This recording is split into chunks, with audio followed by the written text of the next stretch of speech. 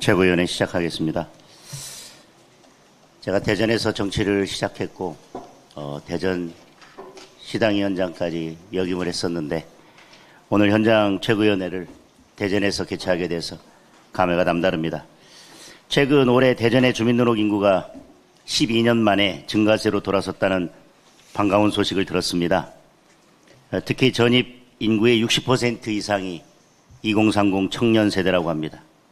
대전이 일하고 결혼하고 정착해서 살고 싶은 청년 친화 도시로 거듭나는 것을 보면서 대한민국과 대전의 밝은 미래를 기대하게 됩니다. 우리 국민의힘은 대전이 더 큰 미래를 향해 도약할 수 있도록 최선을 다해서 뒷받침하겠습니다.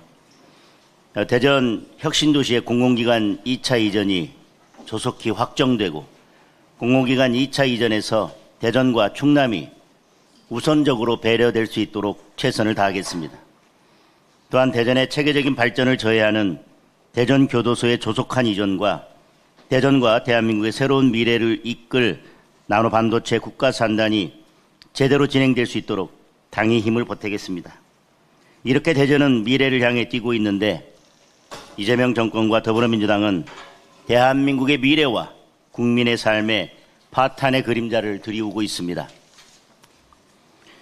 어제 이재명 대통령은 유엔 무대에서 사실상 북한의 두 국가론을 편들었습니다. 대북 제재 공조에 함께 힘을 모으는 동맹국들 앞에서 흡수 통일도 일체의 적대적 행위도 하지 않겠다며 북한의 손을 들어준 셈입니다. 우리 헌법과 법률은 남북관계를 국가관계로 인정하지 않습니다. 특히 헌법 제3조는 대한민국 영토는 한반도와 부속 도서를 한다고 못 받고 있습니다. 헌법 정신이 이토록 명확한데 자유민주적 질서에 입각한 평화통일을 실현해야 할 책무가 있는 대통령이 우리 헌법을 정면으로 부정하는 듯한 발언을 한 것입니다. 대통령은 교류, 관계 정상화, 비핵화를 언급했습니다. 북한과 친하게 지내겠다는 말만 잔뜩 있고 북한의 위협으로부터 국가와 국민의 안전을 지키겠다는 말은 없었습니다. 이미 정권은 선제적으로 대북 전단 살포와 대북 확성기 방송을 중단하면서 일방적으로 양보만 거듭해 왔습니다.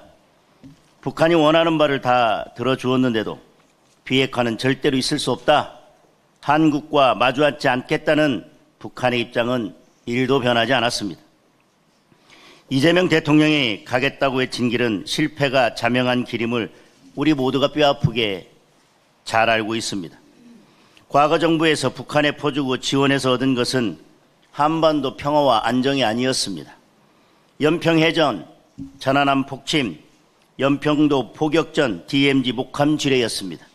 서해 공무원 피살이었고 개성공단 폭파였고 북핵 고도화였습니다. 이재명 정권이 끝내고 싶은 것은 한반도 대결이 아닙니다. 우리 국민의 생명과 안전을 위기로 몰아넣고 대한민국 안보를 끝장내고 자유와 번영의 시대를 끝장내려고 하는 것입니다. 이재명 정권은 이미 온 나라를 들쑤시고 있습니다. 특검농단으로 야당 단합을 일삼고 내란 전담 재판부를 만들기 위해 반헌법적 법안을 찍어냈습니다. 대법원장 제거 공작이 만천하에 드러나자 이젠 대법원장을 청문회에 세워 사법부를 겁박하려 혈안이 되었습니다. 독재를 향한 이재명 정권의 이러한 집착과 광기에 민생과 경제는 피눈물만 흘리고 있습니다. 미국과 관세 협상을 제대로 마무리하지 못해 우리 기업과 경제의 부담이 눈덩이처럼 불어나고 있습니다. 유엔 무대에서 대한민국 국가 안보를 위협하는 무책임한 대북론이나 늘어놓을 때가 아닙니다. 전 국민 대청소 같은 철진한 국민 동원을 얘기할 때는 더더욱 아닙니다. 스스로 실패를 자인한 처참한 관세 협상의 뒷수습부터 해야 할 것입니다. 국민의힘은 국민 곁에서 이재명 정권의 무능한 실정과 민주주의를 위협하는 오만한 권력에 맞서 계속 싸워 나가겠습니다. 한 가지 말씀만 더 드리겠습니다.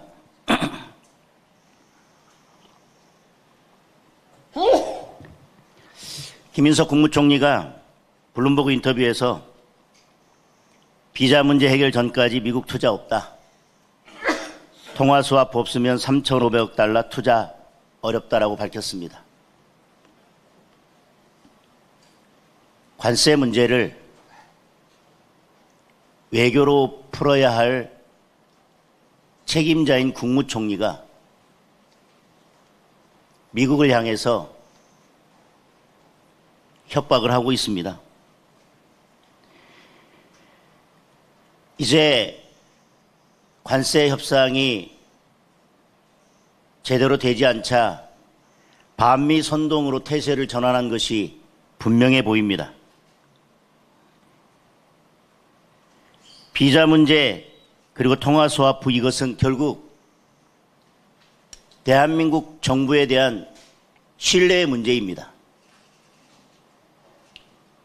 대한민국 정부가 한미 관계에서 신뢰를 회복하고 어떻게 이 문제를 풀고 관세 협상을 마무리 지을지 고민해야 할 이때에 국무총리가 이런 무책임한 발언을 하는 것에 대해서 온 국민은 경악을 금치 못할 것입니다. 한국에 대해서는 통화 스와프를 거부했던 미국이 아르헨티나에 대해서는 먼저 통화 스와프를 제시했습니다. 이게 무엇을 의미하는 것이겠습니까? 대한민국 대통령이 이재명이라는 것, 대한민국 국무총리가 김민석이라는 것, 그것이 지금 대한민국의 최대의 리스크입니다. 이상입니다. 네, 안녕하십니까. 저는 오늘 제232차 대전 현장최고위원회 사회를 맡은 최부윤 수석 대변인입니다. 먼저 장동혁 당대표님께서 모두 말씀을 하셨습니다. 다음은 송원성 원내대표님께서 모두 말씀을 하시겠습니다.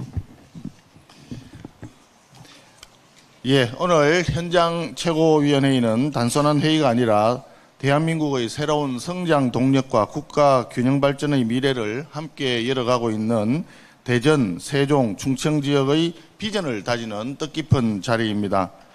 대전, 세종, 충청은 우리나라 산업화의 기반이자 과학기술 발전을 선도해온 중추적인 지역입니다. 국가 행정의 중심이며 안보면에서도 가장 중요한 거점으로 자리 잡고 있습니다. 그러나 수도권 집중 심화로 인해 대전, 세종, 충청권의 잠재력이 충분히 발휘되지 못하고 있는 것도 현실입니다. 특히 저출산과 고령화로 인해 충청권 면 단위 지역의 인구가 빠르게 감소하고 있습니다. 이미 인구 2,000명 이하로 줄어든 곳만 42곳에 달합니다. 인구 감소와 청년층 유출은 곧 지역 성장 동력의 소멸로 직행됩니다. 그 어떤 문제보다 시급히 해결해야 할 과제입니다. 대전, 세종, 충청의 새로운 성장을 위해서 나노 반도체 국가산업단지 조성을 통해 과학기술 중심의 새로운 성장 동력과 일자리를 만들어낼 수 있는 튼튼한 기반을 구축해야 합니다. 우리 국민의힘은 이러한 지역 현안들이 국회에서 진지하게 논의되고 실질적인 성과로 이어질 수 있도록 최선을 다하겠다는 말씀을 드립니다. 오늘 더불어민주당이 본회의에서 강행하려고 하는 정부 조직 개편의 문제점은 다분히 감정적인 분풀이 보복성 개편이라는 점입니다. 검찰, 기재부, 이진숙 방통위원장 등에 대한 증오와 복수심에 기반을 둔 졸속적인 조직 개악입니다.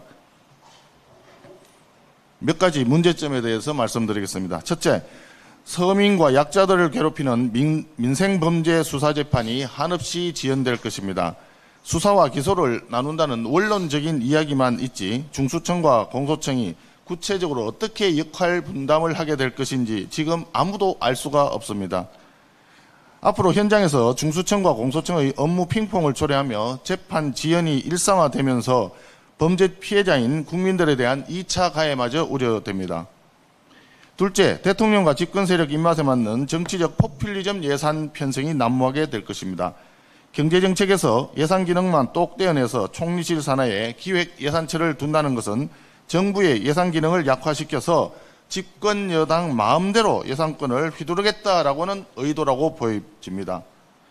셋째, 이진숙 방통위원장 한 사람을 내쫓기 위해서 방통위 조직을 없앴다가 똑같은 조직을 이름을 바꿔서 새로 설치한다는 것은 만행입니다.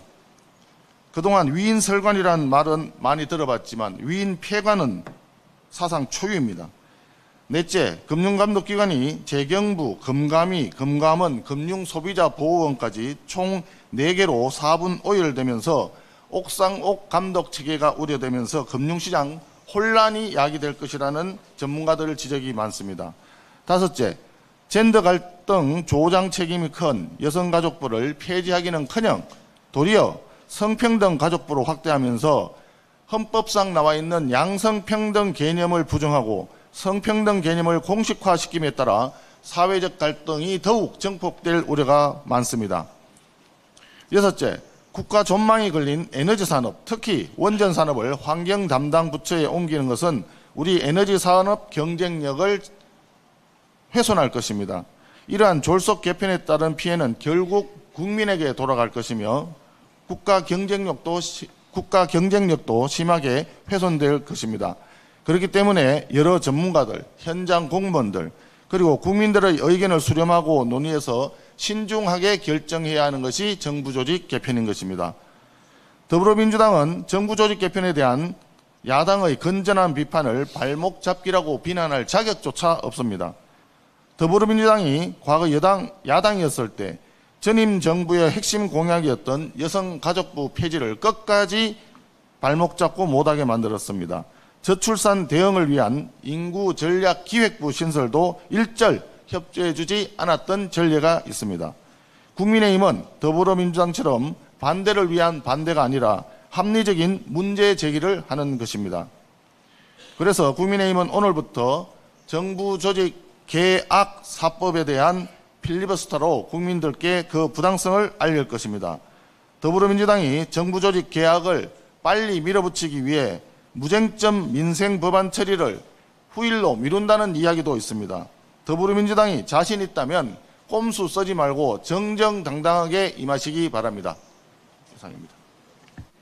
네, 다음은 이상민 대전시당 위원장님께서 모두 말씀을 하시겠습니다. 네. 예, 오늘 대전 시당사를 방문해 주신 장동혁 대표님 그리고 최고위원님들 또 정책위원장님, 사무총장님 등 당 지도부께서 최고위원회를 우리 대전시당에서 열어준 걸 감사드리고 환영드립니다. 이재명 정권과 더불어민주당의 포갑에 소수 야당이라는 한계 탓에 악전고투를 하고 계시는 지도부와 그 현 의원님들께 위로와 경애의 말씀을 드립니다. 그렇지만 아무리 어렵고 힘들지라도 절망이나 좌절은 할 일은 아니라고 생각합니다. 우리의 오늘 우리가 하는 노력은 역사가 평가해 줄 것이고 또 국민들께서도 평가를 해 주실 거라고 생각합니다. 그 헌법에 우리에게 소중한 헌법에 대해서 적대적 공격 행위를 하는 이 불의와 부조리한 세력에 대해서 우리가 굳세게 싸워서 결국 이기는 모습을 국민들께 보여드리고 또 민주주의와 법치주의 등 헌법 질서를 지키는 그런 역할을 해야 되겠습니다. 대전 지역에서의 당원뿐만 아니라 우리 대전 시민들도 뜻을 같이 하는 대전 시민들도 당 지도부와 또 의원님들과 뜻을 함께 할 것을 다짐합니다. 마침 지도부께서 우리 대전 시당사를 방문해 주셨으니까 세 가지를 좀 건의 말씀드리고자 합니다. 첫째는 당세가 상대당에 비해서 연약하고 협소합니다. 그런 차원에서 대전 시당만이라도 그 조직의 조직과 역량을 강화시키기 위해서 우선 당원 배가 운동 등을 통한 조직 확대 그리고 당원들의 학습 등을 통한 역량 고도화 그리고 우리 당이 좀 취약한 온라인 부분에서의 활동 특히 유튜브나 또는 SNS나 기타 등등 온라인에서의 활동을 활성화시키는 노력을 하고자 합니다. 시당 차원에서 하는 것이 일정한 한계도 있습니다. 그래서 그런 시도와 노력이 성과를 내고 우리 전 지역에 걸쳐서 당세가 확산되도록 또 건강하고 굳건하게 되도록 지도부에서 전 지역에 걸쳐서 이에 대해서 힘차게 좀 실행할 수 있도록 뒷받침해 주시기 바랍니다. 둘째, 그 대전에 있는 대덕 연구단지는 박정희 대통령의 그 과학기술 입국이라는 그 기치 아래 1973년도에 기획하고 입안해서 쭉 추진해 왔고, 그동안 대한민국의 성장 발전에 큰 견인차 역할을 해 왔습니다. 50년이 돼서 다소 이완된 분위기가 있는 것도 사실입니다. 그러나 대덕 연구단지가 박정희 대통령 시대 때 과학기술 입국을 넘어서서 과학기술 강국이 역할을 할 수 있도록 지원해 주실 것과 함께 우리 당이 과학기술 그 역량으로 무장이 돼서 과학기술 정책정당으로 자리매김하도록 당에서 지도부께서 그 주안점을 두고 이끌어 주시기 바랍니다. 세 번째는 그 시당사의 민원입니다. 구 대전시당사가 재건축에 관한 건입니다. 50년 넘게 돼서 매우 낙후되어 있고 노후화돼서 당사로 활용하기가 없어서 임시로 여기를 임대해서 지금 활용하고 있습니다. 그러나 당원들은 전통 있는 구 당사를 당사로 활용하기를 갈망하고 있습니다. 마침 우리 대전 출신이신 장동혁 대표님께서 대전 오신 김에 저희들 선물로서 그 대전 시당사가 재건축이 될 수 있도록 좀 힘을 뒷받침해 주시고, 이 상세한 기획안은 그 소면으로 작성해서 제출토록 하겠습니다. 이상입니다. 다음은 신동욱 최고위원님께서 모두 말씀을 하시겠습니다. 예, 먼저 어려운 여건에서 분투하고 계시는 이상민 대전시당위원장을 비롯한 대전시당 관계자, 당원 동지 여러분들께 먼저 감사와 존경의 말씀을 드립니다. 이제 이재명 대통령이 유엔에서 귀국을 하면 아마 대통령실에서 사상 유례없는 외교 성과를 거뒀다, 국제사회의 극진한 환대와 지지를 받았다, 이런 논평이 나올 것 같습니다. 그 부분에 대해서는 차차 따져보기로 하고, 이재명 대통령의 대북 정책이 과연 무엇인가에 대한 근본적인 질문을 좀 하도록 하겠습니다. 이재명 대통령은 유엔 연설에서 END 이니셔티브라는 것을 제안했습니다. 여기서 E는 교류, N은 관계 정상화, 그리고 D는 아마 비핵화를 말하는 것 같습니다. 이 END를 통해서 냉전을 종식하겠다, 이것이 이재명 대통령 외교 정책의 큰 기조다, 이렇게 주장을 하는 것 같습니다. 그런데 정말 여러 언론에 제목을 장식한 것을 보면 좌파 정권의 선전선동술이 정말 대단하다는 생각을 합니다. 정말 대단합니다. 그러나 내용을 하나하나 따져보면 위험하기 짝이 없습니다. 하나하나 보겠습니다. 먼저 이 교류를 얘기합니다. 그런데 지금 북한은 유엔 안보리 제재를 수차례 위반해서 국제사회로부터 경제 제재를 받고 있는 상황입니다. 이 상황에서 교류를 첫 번째로 내세운 이유가 뭔지 묻지 않을 수가 없습니다. 이 교류라고 하는 것이 이화영 전 지사가 보낸 800만 불 방식의 교류를 얘기하는 것인지, 아니면 이화영 전 지사의 대북 송금, 불법 대북 송금을 합법화시키기 위해서 이런 주장을 하는 것인지, 그럼 국제사회의 제재를 거슬러서 우리가 교류를 하겠다는 것인지 도무지 앞뒤가 잘 맞지 않습니다. 두 번째는 관계 정상화입니다. 이 관계 정상화라는 것이 남북 수교를 얘기하는 것입니까? 아니면 통일을 포기하겠다는 것을 뜻합니까? 이미 북한의 김정은은 두 국가론을 내세우는 바가 있습니다. 이재명 대통령의 이 관계 정상화가 혹시 김정은이 주장하는 두 국가론에 따른 남북 관계를 정상적으로 구축하겠다, 이런 뜻이라면 통일을 포기하겠다는 뜻입니다. 그러나 우리 헌법을 보면 한반도의 영토는 명백히 대한민국과 그 부속 도서를 한다, 이렇게 되어 있습니다. 대한민국의 영토는 한반도와 그 부속 도서를 한다, 이렇게 되어 있습니다. 명백히 위헌적 발언입니다. 세 번째, 더 위험하게 짝이 없는 발언이 바로 이 비핵화 발언입니다. 이미 유엔에 가기 전에 외신 인터뷰를 통해서 북한의 핵을 인정하는 듯한 발언을 했습니다. 그런데 지금 비핵화라고 하는 것은 지도자의 한 나라 대통령의 언어가 앞뒤가 맞지 않는 말입니다. 그렇다면 이 비핵화가 북한의 비핵화가 아니라 북한이 주장하고 있는 한반도 비핵화, 그리고 한반도 비핵화를 조건으로 내건 주한미군 철수, 이 주장과 궤를 같이 하는 것인지 묻지 않을 수가 없습니다. 지금 북한은 진보 정권이 내어준 재원으로 핵을 고도화시켜서 사실상 국제사회로부터 실질적인 핵 보유국이라는 평가를 받기에 이르렀습니다. 그런데 이재명 대통령의 연설을 보면 그야말로 꿈을 꾸고 그 꿈을 연설문에 그대로 옮겨서 비현실적인 외교 인식을 하고 있는 것 아닌가라는 걱정을 하지 않을 수가 없습니다. 이런 거짓말이 국제사회에서 통할 리가 없습니다. 이재명 대통령 유엔 연설이 끝나자마자 G7 외교장관들이 북한의 비핵화를 강력히 지지한다는 성명을 발언했습니다. 이것이 혹시 국민 여러분들은 이재명 대통령의 연설을 G7 외교장관들이 지지하는 것으로 오독할 수도 있겠습니다만 이재명 대통령의 연설, 우리의 생각과는 다르다는 것을 G7 외교장관들이 분명히 밝힌 것입니다. 저는 대통령이 1호기에 타는 순간 여의 대통령도 야의 대통령도 아닌 우리의 대통령이라고 생각합니다. 그래서 빛나는 외교 성과를 가지고 돌아오기를 기대하고 있습니다. 그러나 유엔 연설회장에서 본 텅 빈 객석, 초라한 박수 소리가 과연 이 국제사회에 이재명 대통령을 보는 시선이 어떤 것인지를 너무나 명백히 보여줘서 부끄럽기도 하지만 또 한편으로는 대한민국의 미래가 매우 걱정스럽습니다.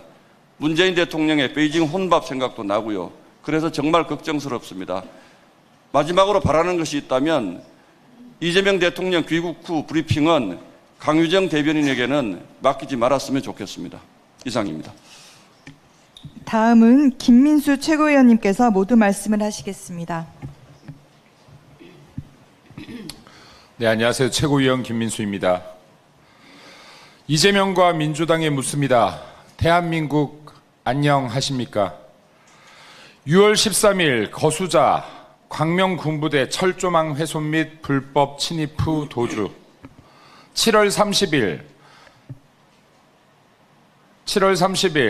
30대 남성 기관총과 실탄을 들고 서울중앙지검 출입 중 검거, 8월 9일 구로 폐공장 총기 및 총알 60발 발견, 같은 날 8월 9일 울산 도심에서 훈련용 수류탄 발견, 8월 19일 북한군 7명 군사분계선 MDL 월선, 8월 20일 충남 태안 빈집에서 북한산 담배와 탄약통 발견, 8월 23일 구로구 고등학교 내에서 수류탄 2발 발견, 같은 날 8월 23일 공주시 산성시장 훈련용 수류탄 발견, 8월 26일 강남 대모산 뇌관 없는 수류탄 발견, 같은 날 8월 26일 아산 하천에서 군용 다이너마이트 발견, 9월 2일 대구 수성못 육군 대위 총기 사망, 9월 5일 경기도 수원공사 현장에서 수류탄 발견,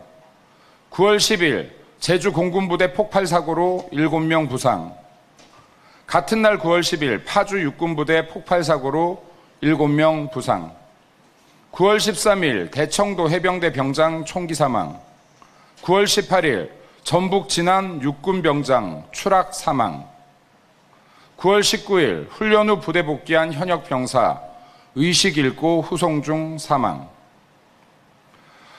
문재인 정권 당시 우리는 마약 청정국 지위를 잃었습니다. 이재명 정권 100일 우리는 총포류 등 안전국의 지위를 잃고 있습니다. 대한민국의 국군 장병을 잃고 있습니다. 대한민국, 우리 삶에 마약이 스며들었고 이제는 총기, 화약까지 판치고 있습니다. 드러난 사건은 빙산의 일각조차 되지 않음을 기억해야 합니다. 모든 군인의 죽음 제대로 규명되어야 합니다. 최상병 사건과는 달리 지난 100여일간 발생했던 군인들의 죽음 진상 규명은 고사하고 사고 사실조차 제대로 알려지지 않고 있습니다. 군인의 죽음조차 보수 정권, 좌파 정권에 따라 정치적으로 그 무게를 달리해서야 되겠습니까? 진종호 국회의원 제보에 따르면 사격 경기용 실탄 2만여 발과 사제총 100여 정이 시중에 불법 유통되었으며 이재명 정부가 이를 은폐했다고 합니다. 지금 대한민국에서 중국인 등에 의해 총기와 실탄이 불법 거래된다는 제보가 온라인 등에 숱하게 이루어지고 있습니다. 대한민국 군인들이 의문스럽게 죽어가고 있습니다. 대한민국 불법 무기가 판치고 있습니다. 대한민국 국민은 안전합니까? 저 김민수는, 기자 여러분은 안전합니까?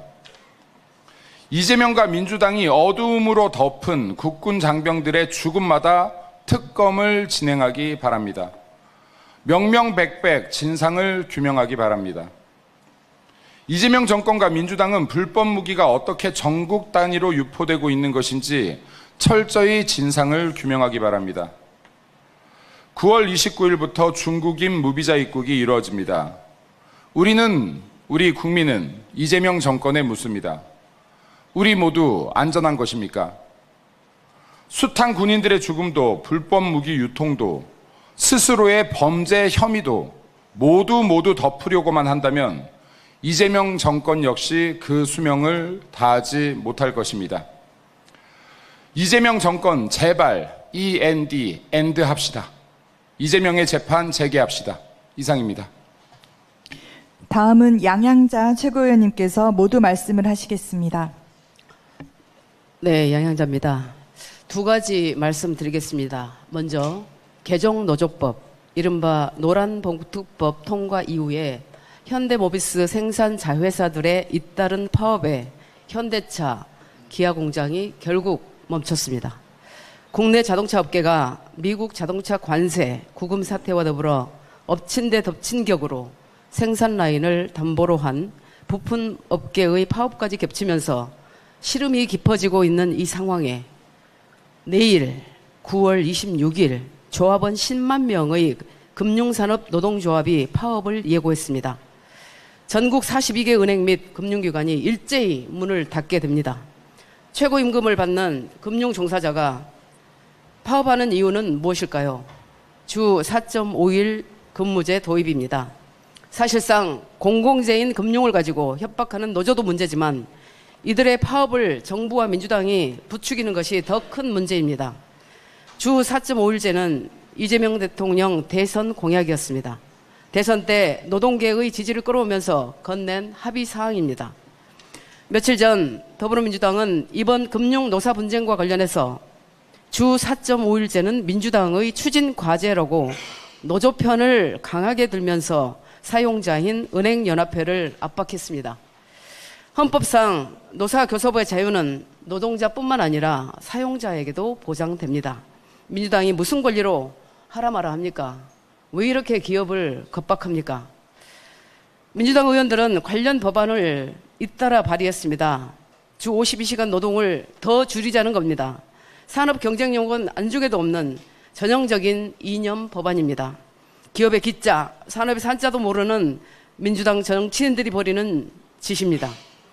얼마 전 정청래 당대표께서는 반도체 산업 현장에서 주 52시간 근무제 예외를 요구하자 대답을 피했습니다.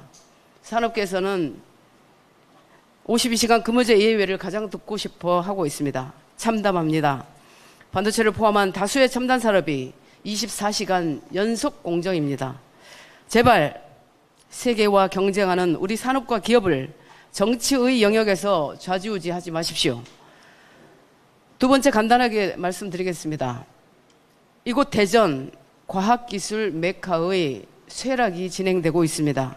어제 우리 지도부 유성구의 나노반도체 국가산단에 다녀왔습니다. 입주기업 수요조사 차이로 지난 8월에 예타가 철회된 상태입니다. 그 이름만으로도 대한민국 과학기술을 상징하던 대전이 정부 연구개발 예산 부족과 인재 유출로 하루하루 활력을 잃어가고 있습니다. 카이스트 등의 청년 과학자들은 대전의 북한 환경을 피해서 수도권으로 또 해외로 떠나고 지역 경제는 일자리와 활력을 동시에 이뤄가고 있습니다. 이재명 대통령은 과학기술과 첨단 산업을 국정 최우선 전략으로 삼겠다고 약속했습니다. 그렇다면 과학기술의 메카인 이곳 대전부터 살리시길 촉구합니다.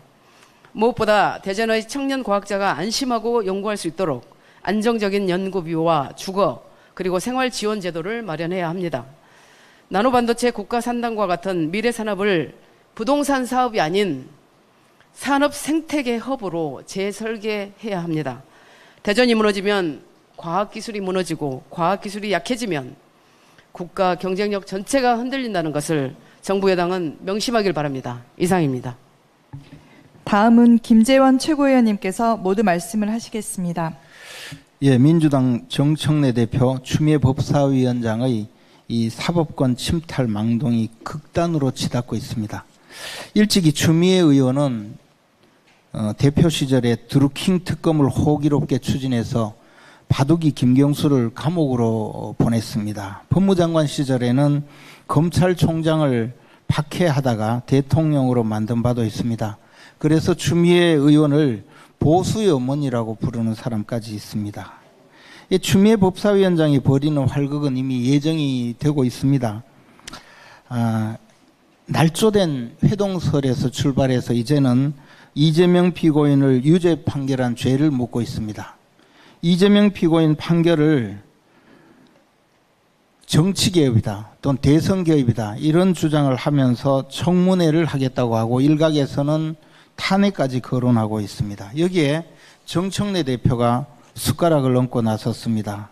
아마 조희대 대법원장을 가장 미워할 것으로 보이는 이재명 대통령 눈에 들기 위해서 저러나 하는 생각이 들기는 합니다만은 피고인 이재명에 대한 대법원 판결을 대선 개입이라고 하는 것 이것이 과연 정상적인 사고인지 묻고 싶습니다. 거기에 추미애 법사위원장 열심히 해주기 바란다라고 거들고 게다가 대통령을 갈아치우는데 대법원장이 뭐라고 이렇게 호들갑이냐라는 망발을 서슴지 않고 있습니다. 그대들이 갈아치우려고 하는 이 대통령의 이름 중에는 이재명이라는 이름도 들어갈 수 있다는 사실을 명심하시기 바랍니다. 조희대 대법원장 죽이기에 이렇게 나서고 있으니 이를 지켜보는 국민들 사이에는 다음 대통령은 판사 출신이 될 거 아니냐 이런 우스갯소리까지 나오고 있습니다. 이재명 대통령 지키기에만 몰두하다가 엉뚱한 일 또 벌이는 것 아닌지 모르겠습니다. 정청래 대표 참 열심히 하십니다. 이상입니다. 다음은 우재준 청년 최고위원님께서 모두 말씀을 하시겠습니다. 네, 청년 최고위원 우재준입니다. 24일 진행된 이재명 대통령의 유엔 총회 발언에 대해 말씀드리겠습니다. 지금 국제 질서는 러시아 우크라이나 전쟁, 중동의 불안정한 정세, 미중 전략 경쟁 등 급변의 시기를 겪고 있습니다. 이런 상황에서 한반도 안보는 단순히 남북 관계 차원을 넘어 동북아 전체의 전략 균형과도 직결됩니다. 그럼에도 이재명 대통령은 유엔에서조차 계엄에 매몰된 메시지, 북한을 옹호하는 메시지를 남발할 뿐 대한민국이 어떤 역할을 하겠다는 비전조차 제시하지 못했습니다. 북한은 비핵화 협상 자체를 거부하며 핵 보유국 지위를 요구하고 있습니다. 이런 상황에서 누구보다 대한민국 안보를 걱정해야 할 이재명 대통령은 유엔에서조차 북한 체제를 존중하고 어떠한 형태의 흡수 통일도 추구하지 않을 것이며 일체의 적대 행위를 할 뜻이 없음을 다시 한번 분명하게 밝힌다고 선언한 것입니다. 김정은이 대한민국을 미국화된 반신불수라 비판함에도 반박은커녕 미군 철수를 암시하는 말로 화답하고 북핵을 인정하는 듯한 발언을 하고 있습니다. 그 대가로 대한민국이 얻은 것도 보이지 않습니다. 도대체 이재명 대통령은 외교 협상 전략이 있기는 합니까? 휴전 국면에서조차 한미 상호 방위 조약을 얻어낸 이승만 대통령의 결기를 본받기는커녕 우리가 먼저 나서 나라의 안보를 값싸게 팔려는 이유는 무엇입니까? 일각에서 제기되는 우려처럼 정말 북한의 약점이 잡혔기 때문입니까? 이화영 경기부지사는 대북 송금 혐의로 중형을 선고받았고 이재명 대통령은 당시 경기도지사로 공범으로 기소되어 있습니다. 이재명 대통령이 대북 송금에 직접 관여되었는지 그 진실은 북한 김정은이 잘 알고 있어 이처럼 끌려가는 외교를 하는 것은 아닙니까? 혹은 이재명 정부에서 대통령 개인의 범죄 세탁을 위해 대한민국 초대 형사법부터 전제해온 배임죄 폐지를 추진하는 것처럼 대북 송금이 유엔 안보리 제재 위반 사항이 해당되어 이번에는 북한 핵무기 금지하는 유엔 안보리 결의 자체를 폐지하려는 것은 아닙니까? 이재명 대통령과 민주당에 경고합니다. 대한민국을 위해 일하십시오. 이재명 대통령 개인의 안위를 위해 사법, 외교 시스템을 붕괴시켜서는 안 됩니다. 이상입니다. 이후 회의부터는 비공개로 진행하도록 하겠습니다.